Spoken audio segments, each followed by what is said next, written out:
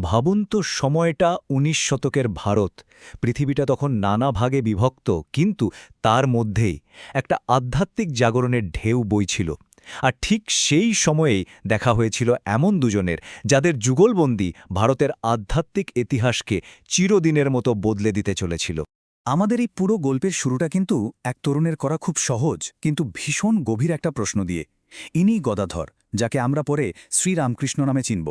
এই একটা প্রশ্নই ছিল জাগতিক জীবনকে পেছনে ফেলে এক অবিশ্বাস্য আধ্যাত্মিক অনুসন্ধানের পথে তার প্রথম পদক্ষেপ। চলুন তার এই যাত্রার আরও গভীরে যাই। পর্ব এক দিব্য ঝড়। এখানে আমরা দেখব কিভাবে একজন সাধারণ মন্দিরের পুরোহিত এক অসাধারণ আধ্যাত্মিক ক্ষুধায় একেবারে মগ্ন হয়ে গিয়েছিলেন। মানে, দক্ষিণেশ্বর মন্দিরে দেবী কালীর পূজারী হিসেবে তার কাজটা কিন্তু শুধু প্রথাগত আচার অনুষ্ঠানের মধ্যে আটকে ছিল না। না, একদমই না। তার সাধনা ছিল অনেক অনেক বেশি গভীর, অনেক তীব্র। তার লক্ষ্য শুধু ঈশ্বর সম্পর্কে জানা ছিল না, বরং ঈশ্বরকে সরাসরি অনুভব করা ছিল। এই যে তীব্র অবস্থাটা, একেই বলা হচ্ছে দিব্য জ্বর। মানে এমন এক সর্বগ্রাসী আধ্যাত্মিক আকুলতা যা তাকে পার্থিব জগৎ থেকে প্রায় আলাদা করে দেয়। আর এই জ্বরের ঘোরেই তিনি প্রথম মা কালীর দর্শন পান আর জীবনের অনিত্যতা নিয়ে এক গভীর সত্য উপলব্ধি করেন। তো রামকৃষ্ণের এই যে ব্যক্তিগত সাধনা, এটা এবার একটা সার্বজনীন সত্যের খোঁজে পরিণত হল। শুরু হচ্ছে পর্ব ২, অনেক পথ এক সত্য। তিনি কি করলেন? বিভিন্ন ধর্মপথ নিয়ে একেবারে আমূল পরীক্ষা নিরীক্ষা শুরু করলেন। কিন্তু দেখুন, তিনি শুভ বিভিন্ন ধর্ম নিয়ে বইপত্র পড়েননি। না, তিনি সেগুলোকে একেবারে যাপন করেছিলেন, মানে নিজের জীবনে পালন করেছেন। তিনি হিন্দু সাধকের মতো সাধনা করেছেন, মুসলমান ফকিরের মতো জীবন কাটিয়েছেন, আবার খ্রিস্টীয় ভাবনায় নিজেকে ডুবিয়ে দিয়েছেন। আর আশ্চর্যের বিষয় হল, প্রত্যেকটা পথই তাকে সেই একই চূড়ান্ত সত্যের দিকে নিয়ে গেছে। তার মূল শিক্ষাটা, সেটা তার এই বিখ্যাত উপমাটা শুনলেই একদম পরিষ্কার হয়ে যায়। তিনি বলতেন, ঈশ্বর আসলে এক, কিন্তু তার কাছে পৌঁছানোর রাস্তা অনেক।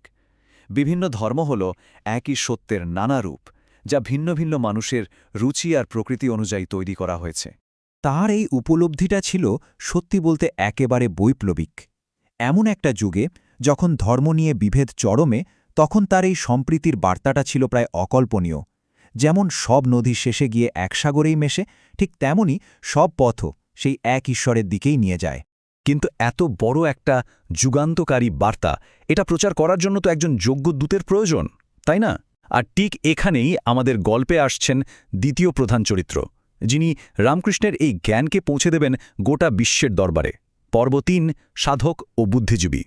আর এই দুজনের মধ্যে পার্থক্য, সে তো আকাশ আর পাতাল। একদিকে শ্রীরামকৃষ্ণ ঈশ্বরের প্রেমে বিভোর এক মরমী সাধক, আর অন্যদিকে নরেন্দ্রনাথ দত্ত পাশ্চাত্য শিক্ষায় শিক্ষিত এক যুক্তিবাদী যুবক, যিনি সবকিছু যুক্তির দাঁড়িপাল্লায় মাপতে চাইতেন। তাদের সাক্ষাৎ ছিল যেন আগুন আর জলের মিলন। এই একটা কথোপকথন বলা যায় তাদের সম্পর্কটাকেই বদলে দিয়েছিল। নরেন্দ্রনাথ যখন বলছেন যে তিনি সমালোচকদের পাত্তা দেবেন না, রামকৃষ্ণ তখন তাকে শেখাচ্ছেন যে ঈশ্বর তো সকলের মধ্যেই আছেন, এমনকি বাঘের মধ্যেও। কিন্তু তার মানে এই না যে বাঘকে গিয়ে জড়িয়ে ধরতে হবে। এই যে গভীর অথচ বাস্তববাদী করুণার শিক্ষা, এটাই নরেন্দ্রনাথের যুক্তির অহংকারকে ভেঙে দেয়, আর তার রূপান্তর শুরু হয়। আর এই যে রূপান্তরটা হল, এর ফলেই কিন্তু আমাদের গল্পটা তার সবচেয়ে গুরুত্বপূর্ণ মুহূর্তে পৌঁছাচ্ছে। নরেন্দ্রনাথ এখন স্বামী বিবেকানন্দ, আর তিনি তৈরি তার গুরুর জ্ঞান সারা বিশ্বের কাছে পৌঁছে দেওয়ার জন্য। পর্ব ৪, বিশ্বের জন্য বার্তা। সালটা ছিল ১৮৯৩, জায়গাটা শিকাগো। মঞ্চ তৈরি হচ্ছে এক ঐতিহাসিক বিশ্ব ধর্ম মহাসম্মেলনের জন্য, আর সেখানেই ভারতের হয়ে কথা বলতে এসেছেন প্রায় অচেনা এক তরুণ সন্ন্যাসী। বিবেকানন্দের আসল কাজটাই ছিল এটা। তাকে বলা যায় একজন অনুবাদক। তিনি রামকৃষ্ণের গভীর আধ্যাত্মিক অনুভূতি আর সহজ গ্রাম্য উপমাগুলোকে এমন এক শক্তিশালী এবং যুক্তিসঙ্গত দর্শনে রূপান্তরিত করেছিলেন, যা আধুনিক পাশ্চাত্য বিশ্ব সহজে বুঝতে ও গ্রহণ করতে পারে। তো ওই সম্মেলনে বিবেকানন্দের মূল বার্তাটা কি ছিল? ওটাই রামকৃষ্ণের সেই সার্বজনীন উপলব্ধি। তিনি জোর দিয়ে বললেন, ধর্ম নিয়ে এত ঝগড়াবিবাদ শেষ করার একটাই পথ আছে, সম্প্রীতি সম্ভব। কারণ শেষ পর্যন্ত সব ধর্মই একই পরম সত্যের কথা বলে।